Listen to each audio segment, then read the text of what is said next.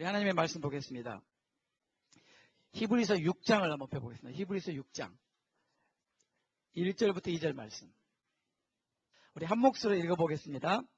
그러므로 우리가 그리스도 도의 초보를 버리고 죽은 행실을 회개함과 하나님께 대한 신앙과 세례들과 안수와 죽은 자의 부활과 영원한 심판에 관한 교훈의 털을 다시 닦지 말고 완전한 데 나아갈지니라. 아멘. 이 말씀을 제가 조금 더 쉽게 풀어드리면 이런 말씀입니다. 우리가 예수님을 믿는 데 있어서 기초가 되는 아주 중요한 요소가 있다, 이런 말입니다. 그것을 여기서는 그리스도도의 초보 그랬습니다. 영어로는 Elementary Teachings About Christ, 저는 NIV의 번역이고요. 또 다른 번역은 Principles of the Doctrine of Christ. 예수님께서 우리에게 가르쳐 주신 중요한, 아주 중요한 기본적인 교리들 또는 원리들이 있다. 그것이 6가지다. 이 6가지에 대해서 말씀해 주십니다. 이것은 우리가 신앙생활 하는데 기초입니다. 기초. 기초이면서 기본이면서 아주 중요한 것입니다. 왜 기초가 중요한가 하면요. 왜 기초가 중요한가 하면 기초가 튼튼하지 않으면 절대로 그 집은 튼튼하게 지을 수가 없습니다. 우리의 집도 마찬가지지만 우리가 이 세상에 살면서 보면 모든 것은 기초가 제일 중요합니다. 기초가 올바로 놓여야 됩니다. 기초가 삐뚤어지면, 기초가 잘못 놓이면, 기초가 빠지면, 그러면 언젠가는 문제가 생길 수밖에 없는 것이 바로 이 지고 원리입니다. 그렇죠? 몇 년 전에 저희 교회에 이런 분이 한 분 오셨어요. 우리나라 탁구 국가대표 감독이 오셨어요. 감독님 잠깐 일어나 주시죠. 네, 잠깐만 일어나 주세요. 이분이 우리나라 탁구 국가대표 감독하시면서 여러분이 잘 아시는 유남규 또 현정화 그런 분들을 이렇게 키우신 분이에요. 근데 이제 이분이 주님의 뜻이 있어서 미국에 오셨어요. 미국 오셔가지고 한 번은 저보고 목사님도 한번 배우시죠 그래요. 그래서 제가 한번 좀 배워볼까. 그리고 이제 가서 봤어요. 봤더니 모든 운동이 그렇겠지만 탁구도 마찬가지. 이 기본기가 그렇게 중요한 거예요. 잘못된 기본기로 몸이 굳어진 사람은 감독님이 그러더라고요. 저거 고치기 무척 어렵대요. 차라리 안 배우면 못하대요. 아예 기초가 없는 사람에게 기초를 제대로 가르치는 게 더 낫다는 거예요. 근데 그런 이야기를 저는 모든 프로페셔널들한테 들었어요. 음악하는 사람도 그렇게 이야기하고요. 건축하는 사람도 그렇게 얘기하고요. 근데요, 저도 그걸 깨달았어요. 여러분 오해하지 말고 들어주십시오. 제가 목회를 지난 10년간 하면서, 그리고 그 전에 제가 개인적으로 신앙생활을 하면서 제가 배운 것이 한 가지 있습니다. 그게 뭐냐면 교회를 다니면서 기독교에 예수님을 믿는 이 도에 대해서, 이 기초에 대해서 차라리 아예 안 배우면 문제가 없는데 배우긴 배웠는데 잘못 배운 사람들, 배우긴 배웠는데 좀 삐딱하게 배운 사람들, 배우긴 배웠는데 덜 배운 사람들, 배우긴 배웠는데 자기 방식대로 배운 사람들, 그런 사람들이 그 잘못된 기초가 딱 굳어져 가지고 그렇게 교회에 온 사람들이 있습니다. 그런 사람들이 용서하고 들으세요. 제일 힘들어요, 목회하기. 그런데 어떤 사람들이 믿음이 잘 자라냐면요, 아예 배운 게 없는 사람들, 아예 예수님을 모르는 사람들, 세상에서 그냥 살다가 그냥 와가지고 처음부터 제대로 배운 사람들 있죠. 그 사람들은요, 빨리빨리 배우고요, 기초가 튼튼하게 쌓이고요, 그리고 급성장하는 걸 볼 수 있어요. 모든 세상 삶의 이치가 그렇더군요. 그래서 제가 탁구를 다시 배우면서 이 기초가 안 된 거예요, 기초가. 그 기초를 잡으려니까 얼마나 힘든지. 그게 잡아져요? 습관대로 나오잖아요. 그래서 그 습관을 고치는데 무척 힘들어서 제가 후회가 되고, 그때 누군가가 기초를 제대로 가르쳐 줬더라면 얼마나 좋았을까. 여러분, 우리가 예수님을 믿는 것도 마찬가지입니다. 기초가 중요합니다. 기초를 제대로 배우면 그 다음에 여러분이 쌓을 때 잘 쌓여져요. 그리고 여러분이 잘 자라게 돼요. 근데 그 6가지 기초가 오늘 히브리서 6장 1절 2절 말씀이 있어요. 이 말씀을 제가 여러분들에게 여러 번 말씀을 드렸는데 그 6가지 기초를 다시 한번 우리가 점검해 보면 이렇게 말하죠. 첫 번째 뭡니까? 회개다, 회개. 무엇을 회개하느냐? 죽은 행실을 회개하는 것이다. 두 번째는요, 믿음이다. 하나님께 대한 믿음이다. 세 번째는요, 세례, 세례들. 세례 단수가 아니고 세례들 복수예요. 제가 이걸 준비하면서 우리나라 성경 다른 번역본을 봤더니 다른 번역본들이 다 틀리게 번역했어요. 여러분, 이 원어는 단수가 아니고 복수예요. baptisms, 세례들이에요. 그런데 보니까는요, 표준세 번역이라든지 쉬운 번역이라든지 우리말 성경이 전부 다 세례라고 이렇게 단수로 번역했는데 그건 잘못된 번역이에요. 왜 그 사람들이 잘못 번역했냐면 그 사람들은 세례가 하나라고 그렇게 배워왔기 때문에 하나인 줄만 아는 거예요. 근데 분명히 성경에는 하나 이상이기 때문에 세례들이라고 했죠. 오늘 우리가 거기에 대해서 살펴보기 원합니다. 그 다음에 뭐예요? 안수. 여러분, 안수에 대해서 들어보셨어요? 이 안수가 예수님의 도의 기초 중에 한 가지라고 했습니다. 그 다음에 뭐라고 했습니까? 죽은 자의 부활. 그 다음에는요, 영원한 심판. 이 6가지가 그리스도 도의 기초다. 아주 중요한 것이다. 자, 이것이 우리에게 확실하게 기초가 놓이고 나면 그 위에 우리가 이제 집을 지어도 된다. 그때는 우리가 성숙한 데 나가야 된다. 그때는 우리가 완전한 데 나가야 된다. 그러므로 이 말씀의 의미는 기초를 튼튼히 한 다음에 그 다음에 우리가 성숙한 데 나가야 된다. 기초를 튼튼히 하지 않고는 성숙한 데 나갈 수 없다. 이 2가지를 말하고 있는 말씀입니다. 그렇죠? 그런데 참 놀라운 것은요, 저희가 지금까지 뭐에 대해서 하고 있냐면 성경에 말하는 크리스찬, 그렇죠? 교단에서 말하는 크리스찬, 어느 교회에서 말하는 크리스찬, 어느 성경 공부 교재가 말하는 크리스찬이 아니라 성경이 말하는 크리스찬은 어떤 사람들이냐면 반드시 4가지를 통과한 사람들이에요. 그 4가지가 뭐였어요? 회개, 믿음, 뭔가 공통점이 있지 않아요? 그렇죠? 성경을 말하는 크리스찬에 반드시 우리가 거쳐야 될 관문 4가지가 뭐예요? 회개, 믿음, 물세례, 성령세례. 다시 말하면 회개, 믿음, 세례들인데 오늘 히브리서 6장 1절 2절 보니까 그리스도 도의 기초 6가지가 있는데 첫 번째 3가지가 바로 그거예요. 뭐예요?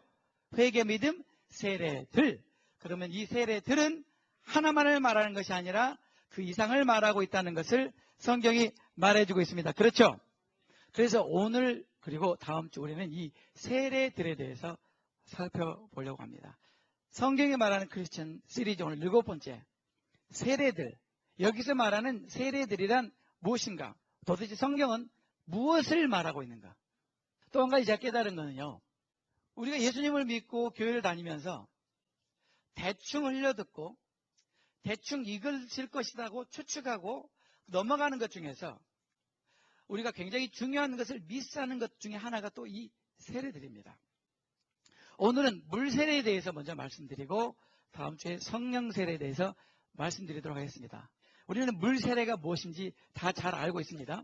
그러면 여기 성경에서 말하는 세례들이 무엇인지 먼저 한번 살펴봅니다. 성경은 물세례와 성령세례를 같이 말하고 있지 않고 구분해서 말하고 있습니다. 이게 중요한 것입니다. 성경은 물세례와 성령세례를 구분지어서 이야기하고 있습니다. 한번 성경을 보겠습니다.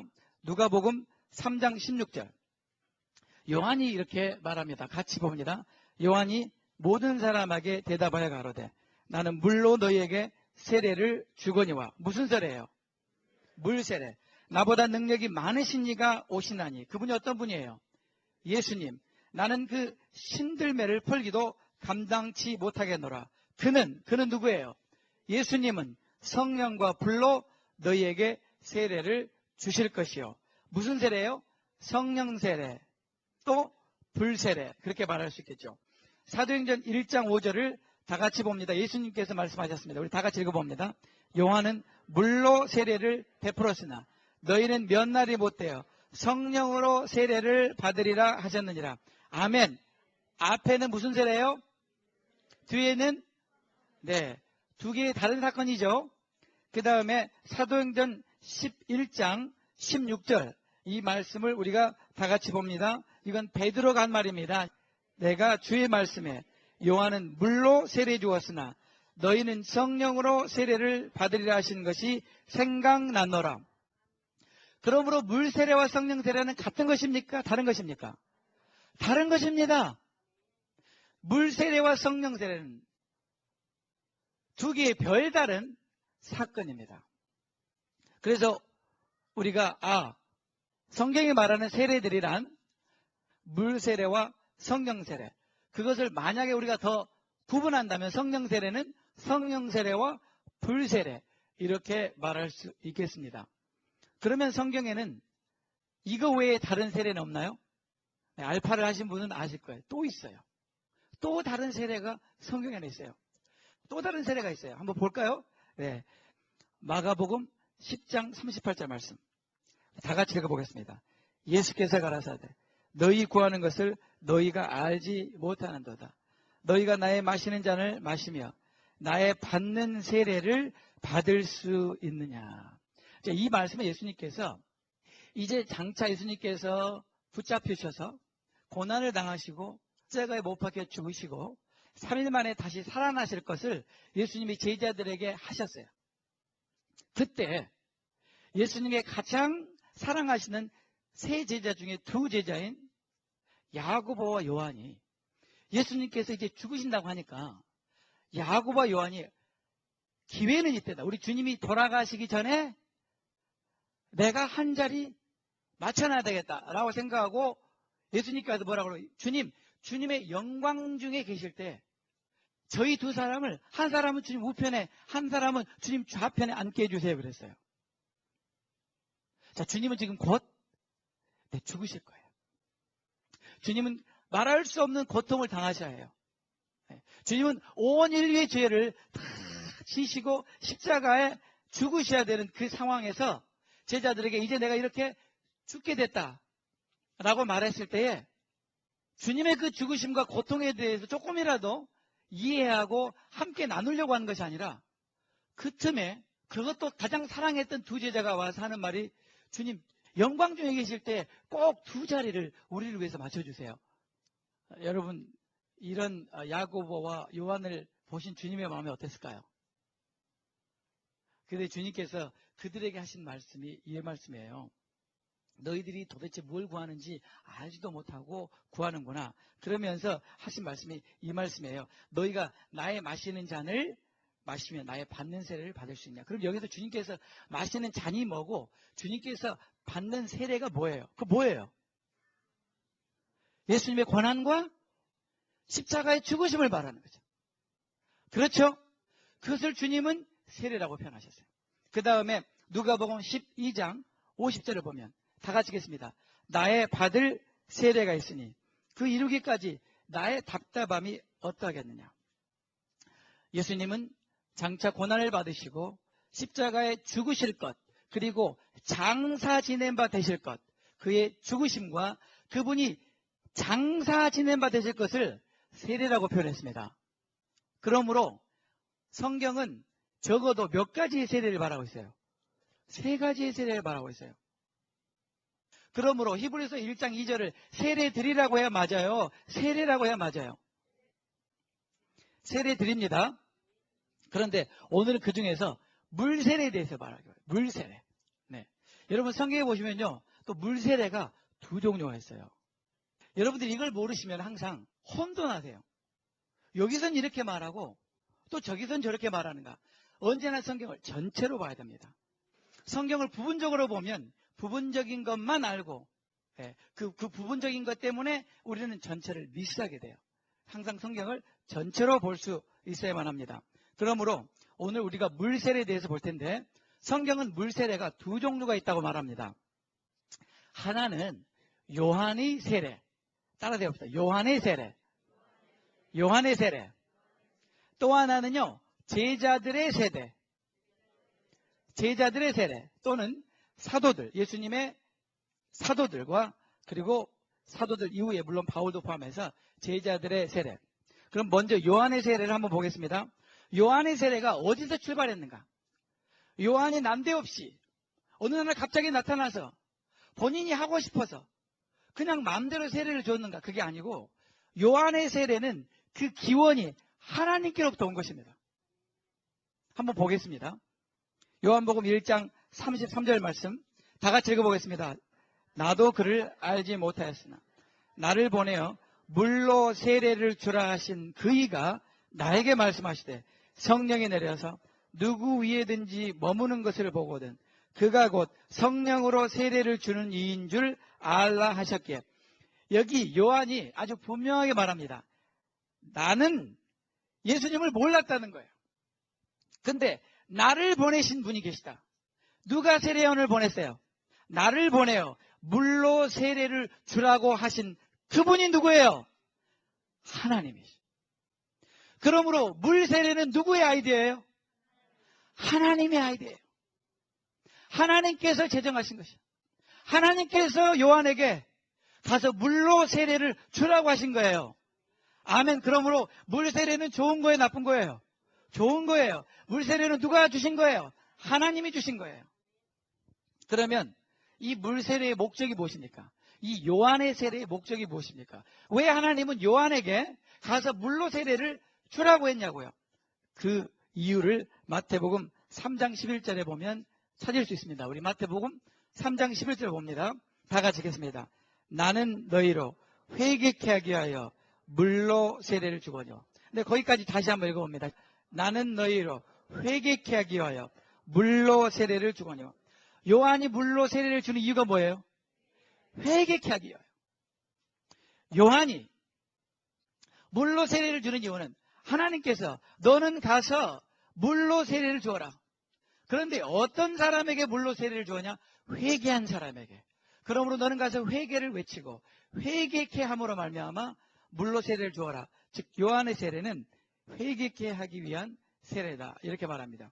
이것을 좀 더 구체적으로 마가복음 1장에 보면 이렇게 말합니다. 마가복음 1장 4절 5절에 우리 다 같이 봅니다. 세례요한이 이르러 광야에서 죄사함을 받게 하는 회개의 세례를 전파하니 온 유대지방과 예루살렘 사람이 다 나아가 자기 죄를 자복하고 요단강에서 그에게 세례를 받더라.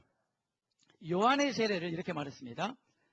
죄사함을 받게 하는 회개의 세례. 계속해서 누가복음 3장 3절을 다 같이 읽겠습니다.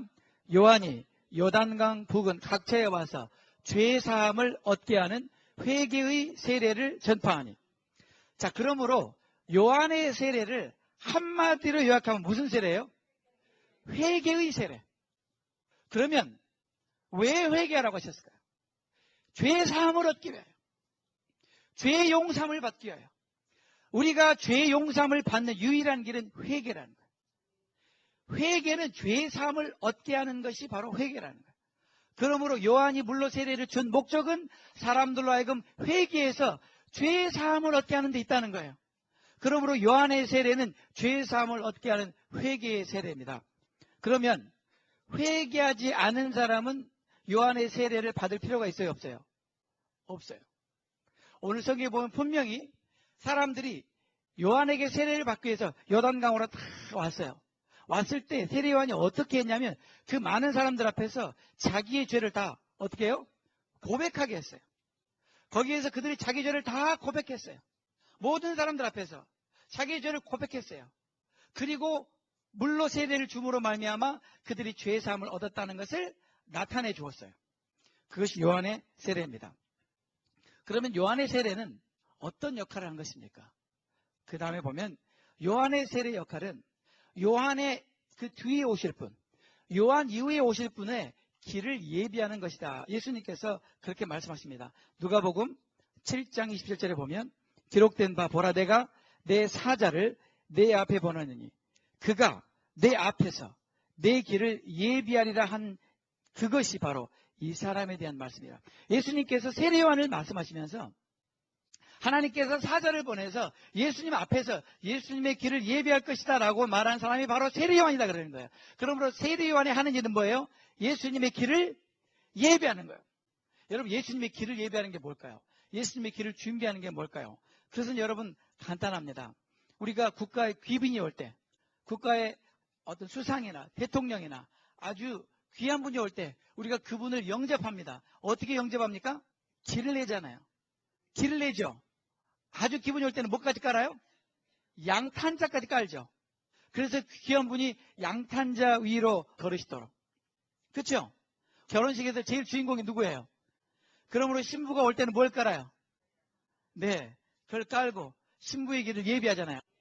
하물며 만왕의 왕이고 만주의 주님이신 예수님이 이 땅에 오시는데 그분의 길을 예비해야 되지 않겠냐는 거예요. 그래서 그 길을 예비하는 역할을 누가 했어요? 세례 요한이. 그래서 세례 요한이 예수님이 오실 수 있도록 불도저로 아스팔트를 쫙 깔았잖아요. 그렇죠? 근데 실제 세례 요한이 한 일은 아스팔트를 깐 것이 아니라 뭘 했어요? 회개했어요. 아, 그렇군요. 주님이 오시는 길을 준비하는 것은 회개하는 것이군요. 주님은 회개하는 심령을 통해서 오신다. 그 회개의 길을 타고 오신다. 그 일을 세례 요한이 했다는 거죠. 그렇죠? 그래서 그 말씀이 그 다음에 보시면 사도행전 13장 24절에 나오죠. 그 오시는 앞에, 예수님 오시는 앞에 요한이 먼저 회개의 세례를 이스라엘 모든 백성에게 전파하니라. 사도행전 19장 4절에 바울도 이렇게 말합니다. 바울이 가로되 요한이 회개의 세례를 베풀며 백성에게 말하되 내 뒤에 오시는 이를 믿으라 하였으니 이는 곧 예수라 하거든. 그러므로 세례의 역할은 백성들로 하여금 회개하게 하므로 이제 곧 오실 예수님의 길을 예비하고 준비한 것입니다. 그분이 하시는 일은 예수님을 맞을 준비한 것입니다. 예수님을 맞을 준비해야 예수님이 오신다는 거예요. 그 예수님을 맞을 준비가 뭔데요? 회개하는 거. 그 일을 요한이 한 거예요. 그리고 그 결과를 한번 보겠습니다. 세례 요한으로부터 세례를 받은 사람들과 세례를 받지 않은 사람들의 차이를 한번 보겠습니다. 누가복음 7장 29절부터 보면 모든 백성과 세리들은 이미 요한의 세례를 받은지라. 여러분, 누가 요한의 세례를 받았어요? 모든 백성과 세리들. 모든 백성과 세리들은 요한의 세례를 받았어요. 그 말은 그들이 회개했다는 말이 안 했다는 말이에요. 했다는 말이에요. 왜냐하면 요한이 회개 안 하면 세례를 안 주니까. 근데 놀라운 사실은 여러분, 모든 백성이 요한의 세례를 받았대요. 그래서 성경을 보니까 모든 백성과 세리들은 이미 요한의 세례를 받은지라. 바꿔 말하면 회개한 사람들이에요.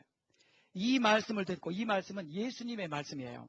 예수님의 말씀을 듣고 하나님을 의롭다 하되, 그 다음에 같이 읽겠습니다. 오직 바리새인과 율법사들은 그 세례를 받지 아니한지라 스스로 하나님의 뜻을 저버리느니라.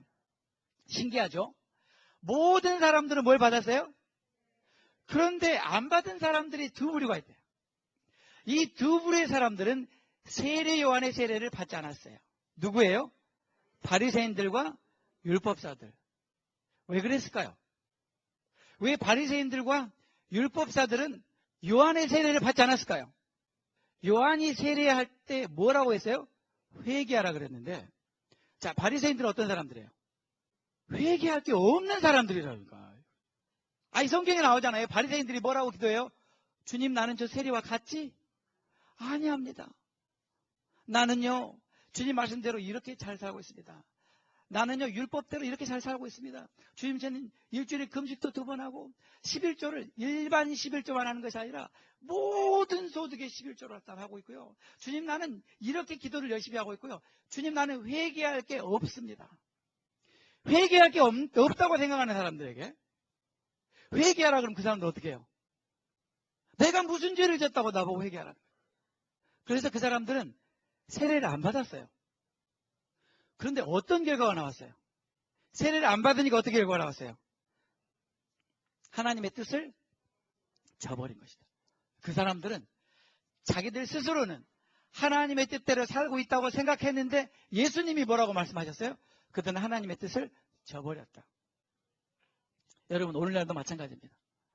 여러분, 오늘날도 마찬가지입니다. 오늘날 하나님의 선지자들의 입을 통해서, 하나님의 사도들의 입을 통해서, 하나님의 사람들의 입을 통해서 깨어서 기도하며 회개의 메시지를 전하는 목회자들의 입을 통해서 회개하라고 할 때 그것을 받아들이는 사람은 하나님의 뜻을 받아들이는 것이에요. 나는 회개할 게 없습니다 라고 하는 사람, 그러므로 그걸 받지 않는 사람은 하나님의 뜻을 저버리는 사람이 되고 마는 것입니다. 그러므로 여러분, 요한의 세례는 회개의 세례요, 그것을 통해서 죄의 사함을 얻게 함으로 다시 오실 주님을 맞이하는 것입니다. 아멘. 이거 굉장히 중요한 말입니다.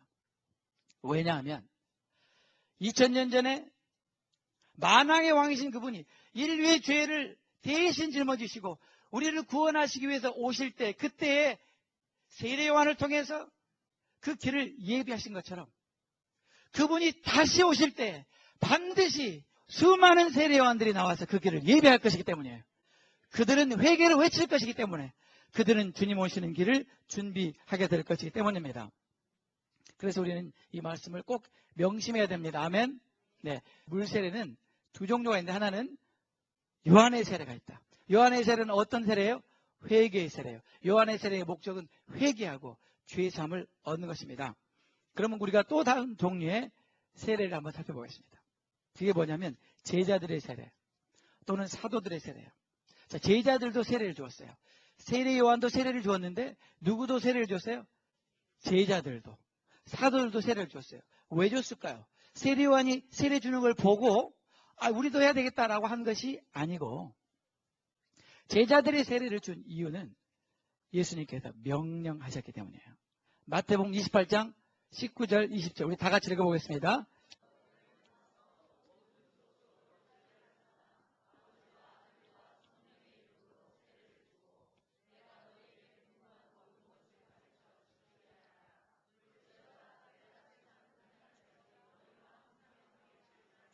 네, 누가 누구에게 명령한 것입니까? 예수님께서 제자들에게 이렇게 명령했습니다. 너희는 가서 모든 족속으로 제자를 삼아 아버지와 아들과 성령 이름으로 세례를 주어라. 그러므로 제자들은 이 예수님의 명령에 순종했습니까? 네, 순종했습니다. 그래서 제자들이 세례를 준 것이에요. 그러므로 여러분, 제자들의 세례는 누구로부터 온 거예요? 예수님께로부터 온 거예요. 중요한 거예요? 중요하지 않은 거예요? 중요한 거예요. 중요하지 않으면 예수님께서 이렇게 명령하셨을까요? 그래서 이제 제자들이 예수님의 명령을 따라서 순종함으로 세례를 주기 시작합니다. 자, 베드로가 맨 먼저 실천하는 것을 우리는 잘 압니다. 자, 베드로를 한번 보겠습니다. 사도행전 2장 38절부터 41절까지 우리 다 같이 읽어보겠습니다. 베드로가 가로되 너희가 회개하여 각각 예수 그리스도 이름으로 세례를 받고 죄 사함을 얻으라.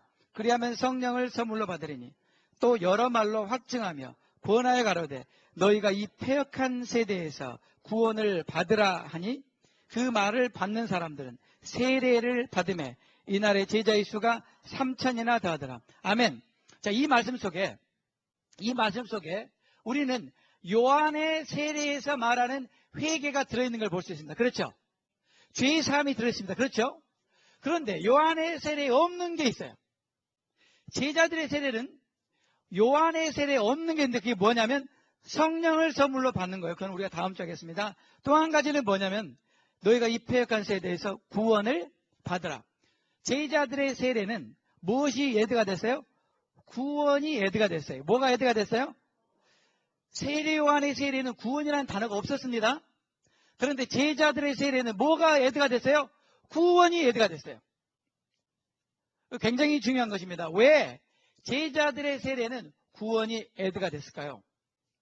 그것은 세례 요한의 세례는 예수님께서 아직 십자가에 죽으시기 전이에요.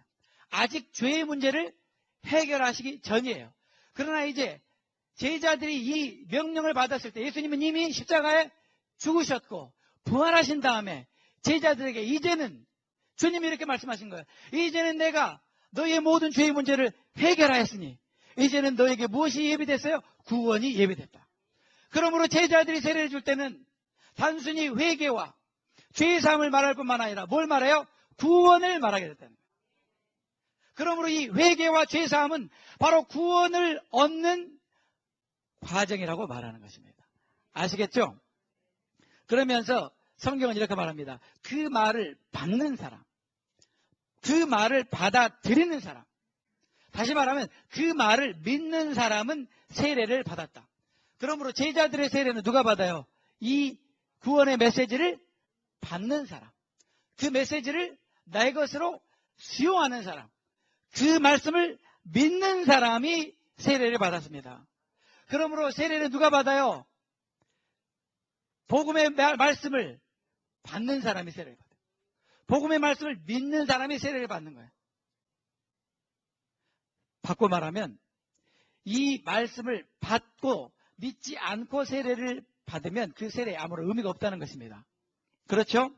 계속해서 말씀을 보면 마가복음 16장 15절 16절 또 가라사대 너희는 온 천하에 다니며 만민에게 복음을 전파하라. 예수님 말씀입니다. 다 같이 읽겠습니다. 믿고 세례를 받는 사람은 구원을 얻을 것이요 믿지 않는 사람은 정죄를 받으리라. 믿고 세례를 받는 사람은 구원을 얻으리라. 자, 이제 구원의 얘기가 나왔는데 우리가 제자들의 세례를 받기 전에 우리가 반드시 우리가 확인해야 될 게 뭐예요? 믿고 세례를 받는 사람. 예수를 믿고 세례를 받는 사람. 아멘. 믿고 세례를 받아야지 그 세례가 효력이 있다는 말입니다. 성경이 그렇게 말하고 있죠. 그 다음에 사도행전 19장 3절 5절에 바울이 가로되 그러면 너희가 무슨 세례를 받았느냐? 가로되 요한의 세례로라. 바울이 가로되 요한이 회개의 세례를 베풀며 또 말하죠. 요한의 세례는 회개의 세례를 베풀며 백성에게 말하되 내 뒤에 오시는 이를 믿으라 하였으니 그러므로 세례 요한은 누구를 가리키고 있어요? 예수님을 가리키고 있어요. 내가 너에게 회개 세례를 주는 이유는 내 뒤에 오시는 예수를 믿게 하기 위함이다. 이는 곧 예수라거늘 저희가 듣고 주 예수의 이름으로 세례를 받으니. 그러므로 여러분 제자들의 세례는 구원을 얻게 하는 세례요. 그것은 믿음으로 받아야 되는 세례입니다. 그러므로 우리가 오늘 히브리서 6장 1절 2절 읽은 대로 순서가 이렇게 되죠. 꼭 순서가 이렇게 되는 건 아니지만 일반적으로 성경이 이렇게 말하고 있다는 거예요. 맨 먼저 회개, 그 다음에 믿음, 그 다음에 물세례 이렇게 됐다. 그러면 이 제자들의 세례, 물세례의 의미를 우리가 한번 살펴보겠습니다. 사실 이 물세례는 놀라운 진리가 이 속에 감춰져 있어요. 우리가 이것을 깨닫고 그리고 이 물세례를 통해서 하나님이 어떤 일을 이루신가를 알 필요가 있다는 것입니다. 그러므로 제자들이 주는 이 물세례의 의미를 한번 살펴봅니다. 첫 번째는 죄를 씻는 것입니다. 사도행전 22장 16절 다 같이 보겠습니다. 이제는 왜 주저하느냐? 일어나 주의 이름을 불러 세례를 받고 너희 죄를 씻으라 하더라. 그러므로 물세례는 그 죄를 뭐예요? 씻는 거예요. 죄를 씻는다는 말이 다른 말로 하면 뭐예요? 회개하고 죄사함을 받는다는 말이에요. 회개하고 죄 용서함을 받는다는 말을 한 단어로 뭐라 그래요? 죄를 씻는다. 아멘. 여러분 그럴 때 있지 않아요? 내 죄를 짓고 났는데 그 죄 때문에 괴롭잖아요. 그죠? 그 죄가 아직도 나를 괴롭히고 내 안에 있는 것 같잖아요. 그때 무엇인가가 여러분의 죄를 다 씻겨줬으면 좋겠다. 그런 생각 안 하세요? 예수님은 우리의 죄를 다 씻어주시길 원하십니다. 근데 그렇게 되는 것이 바로 회개라는 거예요. 그러므로 제자들의 세례는 첫 번째 우리의 죄를 씻어내는 그런 역할이에요. 주의 이름을 불러 세례를 받고 너의 죄를 씻으라. 아멘. 그럴 때 우리는 아멘하고 어떻게 해요? 뛰어들어가서 우리의 죄를 씻어야죠. 아멘. 디도서 3장 5절을 보겠습니다. 디도서 3장 5절. 우리를 구원하시되 우리의 행한 바 의로운 행위로 말미암지 아니하시고 오직 그의 긍휼하심을 조차 중생의 씻음과 성령의 새롭게 하심으로 하셨나니. 거기 뭐라고 나와요? 중생의 씻음. 뭐라고요? 중생의 씻음. 그 말은 무슨 말이에요? 우리가 중생한다, 거듭난다는 말은 뭐로부터 씻음을 받는 거예요? 죄로부터 씻음을 받는 거예요. 저는 이 씻음이라는 말이 너무 좋아요. 저는 샤워를 좋아합니다, 여러분. 샤워를 좋아하는 이유는 샤워를 할 때 제 몸에 더러운 것이 씻겨 나가기 때문에. 그와 같이 예수님의 보혈로 아무리 씻어도 쉴 수 없는 그 죄를 씻어낸다고 한번 생각해 보세요. 얼마나 좋으시겠어요. 우리의 죄를 씻어내는 것이 그토록 소중한 것입니다. 또 제자들이 말하는 그 물세례가 의미하는 바는 이런 겁니다. 베드로전서 3장 21절 다 같이 읽어봅니다. 물은 예수 그리스도의 부활하심으로 말미암아 이제 너희를 구원하는 편이 곧 세례라. 육체의 더러운 것을 제하여 버림이 아니요 오직 선한 양심이 하나님을 향하여 찾아가는 것이다. 아멘. 이게 무슨 말이에요? 우리가 회개하고 죄사함을 받고 물세례를 받는 것은 우리의 육체에 더러운 것을 씻는 것이 아니라는 거예요. 여러분, 육체에 더러운 것은 무엇으로 씻어요? 물로 씻어요, 물로. 샤워할 때 우리 육체에 더러운 걸 씻어요. 그러나 내 마음에 더러운 것은 무엇으로 씻어요? 예수님의 보혈로 씻어요. 아멘. 그러므로 물 세례를 받는 그 의미는 뭐냐면 선한 양심을 회복하는 것입니다. 선한 양심이란 다른 말로 뭐예요? Good conscience. 성경은 양심의 종류가 여러 가지 있다고 말합니다. 정결한 양심이 있다. 선한 양심이 있다. 그런가 하면 깨어진 양심이 있다. 상한 양심이 있다. 그런가 하면 더러운 양심이 있다. 그런가 하면 악한 양심이 있다. 그런가 하면 완전히 화인 맞은 양심도 있다. 근데 우리가 회개하고 물 세례를 받음으로 하나님께서 우리에게 회복해 주고자 하는 건 뭐예요? 선한 양심이라는 거예요. 양심이 회복되는 거예요. 이게 무슨 말이냐면요. 우리가 회개하고 나면 양심이 부드러워져요. 양심이 부드러워지니까 우리는 조그만한 잘못해도 찔림이 오잖아요. 그죠? 그러니까 즉시 거기에 대해서 우리가 회개할 수 있게 돼요. 선한 양심이 얼마나 중요하냐면요. 선한 양심을 가진 사람만 죄에 대해서 민감할 수 있고 그렇기 때문에 회개가 가능한 거예요. 선한 양심이 없는 사람은, 다시 말하면 상한 양심, 무뎌진 양심, 더 나아가서 악한 양심, 그리고 아예 회개가 불가능한 화인 맞은 양심을 가진 사람은요, 자기가 죄를 짓고도 전혀 찔림이 없어요. 죄에 대해서 전도 가책이 없어요. 왜? 양심이 이미 양심으로서 기능을 다 상실해버렸기 때문에. 그 사람은요, 아무리 누가 회개하라고 해도 회개가 안 돼요. 그 불가능해. 성경에 화인 맞은 양심은 회개가 불가능하다. 회개케 하기가 불가능하다. 그렇게 나왔어요. 그래서 저는 제일 중요하게 생각하는 게 뭐냐면요, 우리의 양심을 언제나 부드럽게 유지하는 거예요. 내 양심이 굳어지면 굳어질수록 나는 죄에 대해서 둔감해지고, 내가 죄에 대해서 둔감해지면 둔감해질수록 나는 회개가 어려워지고, 내가 회개가 어려워질수록 나는 구원에서 멀어지는 것입니다. 그러므로 우리가 물세례를 통해서 하나님 우리가 죄를 씻어주시고, 그 다음에 우리의 양심이 다시 어떻게 돼요? 선한 양심으로 회복시켜 주시죠. 여러분, 우리는 선한 양심을 회복해야 돼요. 선한 양심을 가지면요, 내가 누구에게 말 한마디 실수한 것에 대해서도 성령께서 즉시 찔림을 주세요. 그리고 거기에 대해서 너무나 아파하시는 게 느껴져요. 그러므로 내가 그 즉시에서 회개하지 않을 수 없게 돼요. 우리 사랑과 이렇게 모든 성도들이 선한 양심을 갖게 되기를 부탁드립니다. 그래서 선한 양심은요, 하나님을 스스로 찾아가요. 선한 양심은 말하지 않아도 하나님께로 달려가게 돼 있어요. 악한 양심은요, 하나님께로부터 달려가요. 어디로요? 세상으로, 죄로. 그러므로 여러분, 우리가 왜 선한 양심을 회복해야 되냐면, 선한 양심을 갖게 되면 누가 말하지 않아도 하나님을 찾게 된다니까요. 그게 선한 양심의 기능이에요. 선한 양심은 선한 양심을 지으신 하나님을 찾게 돼 있어요. 그러나 악한 양심은 절대 하나님을 찾지 않아요. 왜요? 하나님이 두렵기 때문에, 하나님 무섭기 때문에, 하나님이 싫기 때문에. 죄의 찔림이 싫어요. 내가 죄 짓는 대로, 내가 쾌락을 마음껏 즐기는 대로 내버려 두라는 거죠. 그래서 악한 양심은 하나님께로부터 멀어져서 세상으로 죄로 향해서 달려가게 돼 있는 것입니다. 여러분, 이 물세례가 얼마나 중요합니까? 이 물세례를 통해서 주님은 이런 일을 이루시기를 원하신다는 거예요. 그것이 바로 주님께서 물세례에 부여하시는 성경의 의미라는 것이죠. 이게 바로 제자들의 세례예요. 그런데 여기에 또 한 가지가 더해진 게 있어요.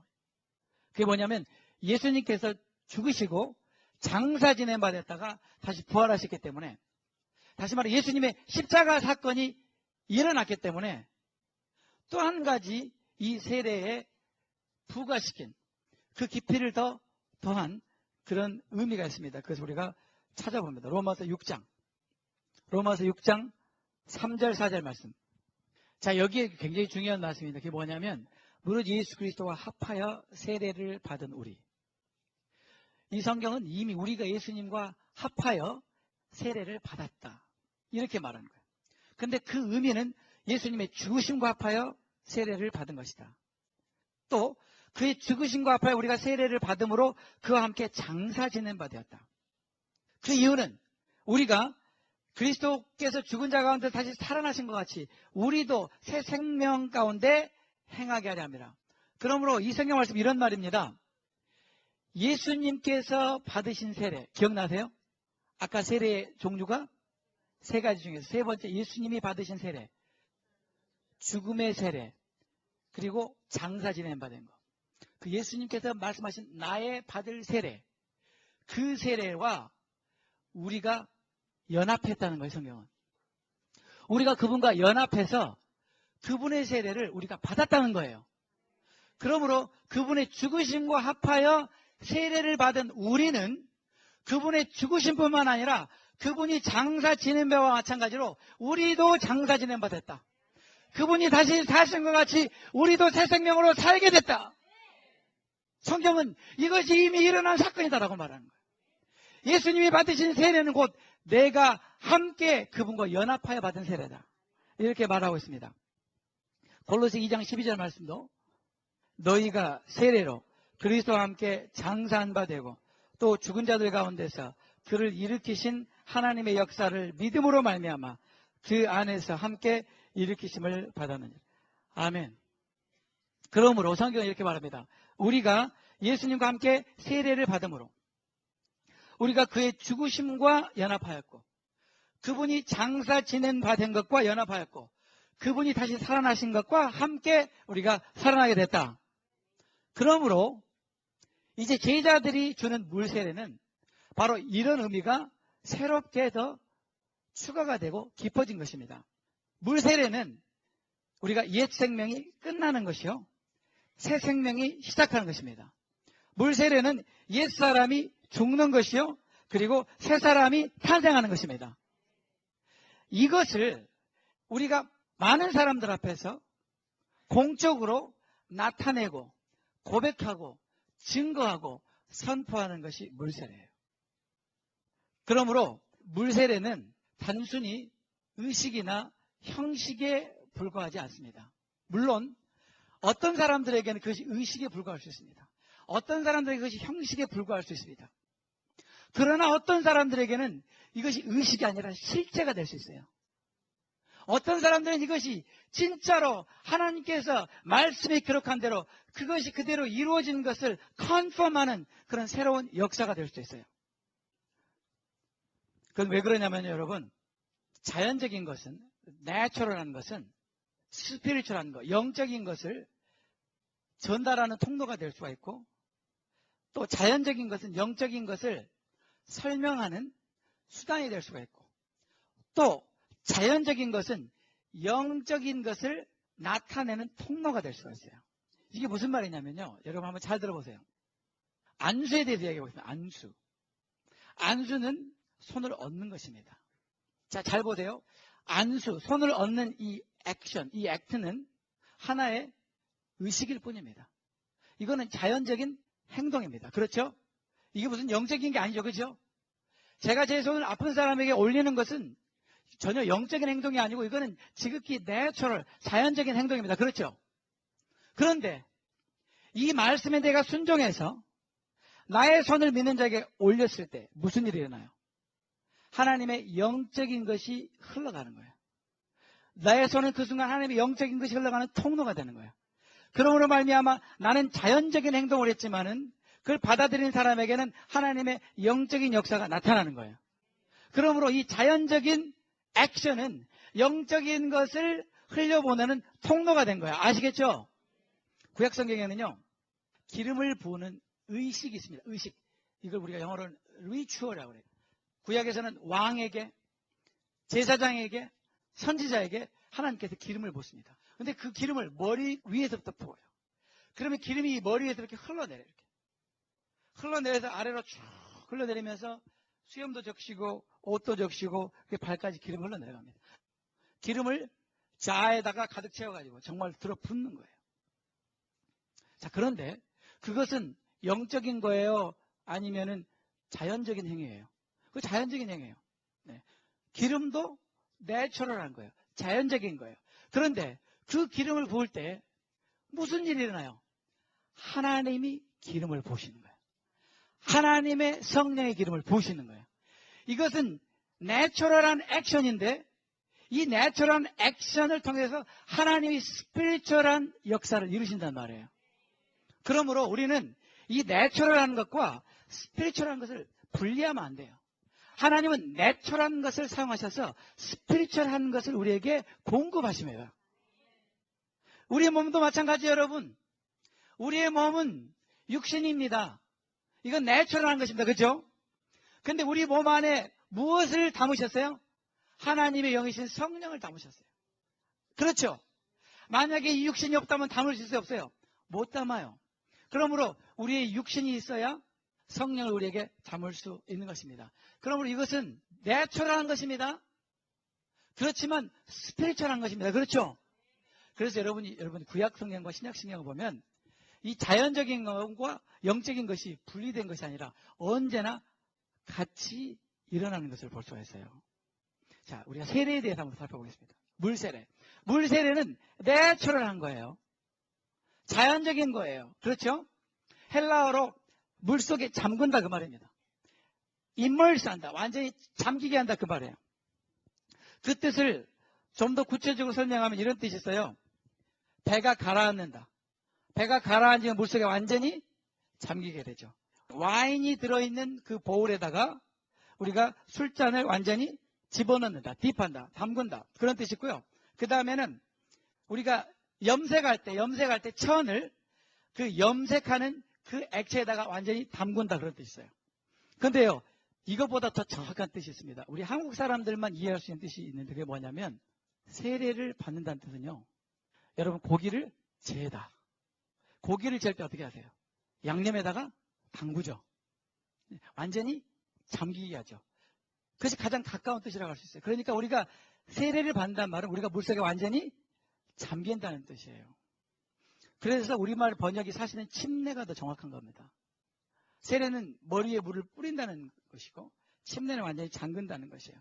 여러분이 성경을 보면 성경은 분명히 침례를 말하고 있기 때문입니다. 그러면 우리가 사람을 물속에 담근다고 해서 무슨 기적이 일어납니까? 우리가 사람이 물속에 들어갔다 나왔다고 해서 그 사람이 무슨 변화가 일어나겠냐고요. 그것은 내추럴한 액션일 뿐이에요. 그런데 우리가 그것을 믿고 하나님께서 그것을 통해서 무슨 일을 행하는지를 깨닫고 우리가 순종하게 될 때 하나님은 그 가운데 영적인 일을 행하신다는 거예요. 스피리추얼한 일이 일어난다는 거예요. 저는 이런 일을 여러 번 봤습니다. 실제로. 그런데 그럼에도 불구하고 우리가 깨달아야 될 것이 있습니다. 이게 뭐냐면 그 반대로 생각하는 사람이 있어요. 나는 물세례를 받았기 때문에 구원을 받았다고 생각하는 사람. 그건 아니에요. 내가 물세례를 받았기 때문에 구원을 받은 건 아니에요. 다시 말하면 물세례 자체가 무슨 신비한 힘이 있어서 사람을 구원시키는 게 아니에요. 물세례하고 구원하고는 상관이 없어요. 그럼 무엇이 중요한 것이냐?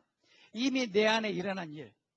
내 안에 이미 일어난 이 사건을 내가 이미 믿음으로 받아들이고 그것을 확증함으로 내가 물세례에 참여할 때 그것이 진짜 물세례로서의 의미가 있는 것입니다.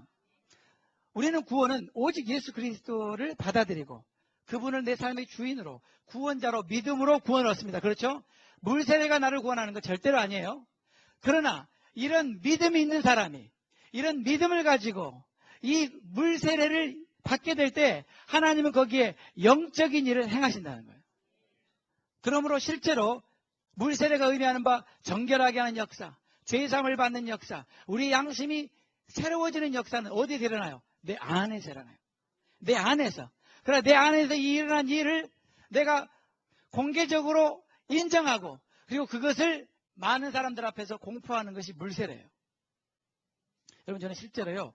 물세례 받으면서 놀라운 일이 일어나는 것을 목격합니다. 실제로 물에 들어갔다 나왔는데 병이 고침을 받고 물에 들어갔다 나왔는데 귀신이 나가고 실제로 그런 일이 있다니까요. 왜 그래요?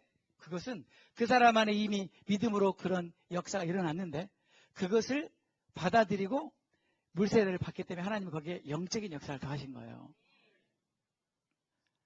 여러분 그래서 하나님은 세례 요한을 통해서 세례를 주라고 했고 우리 주님을 통해서 제자들에게 세례를 주라고 명령하신 것입니다.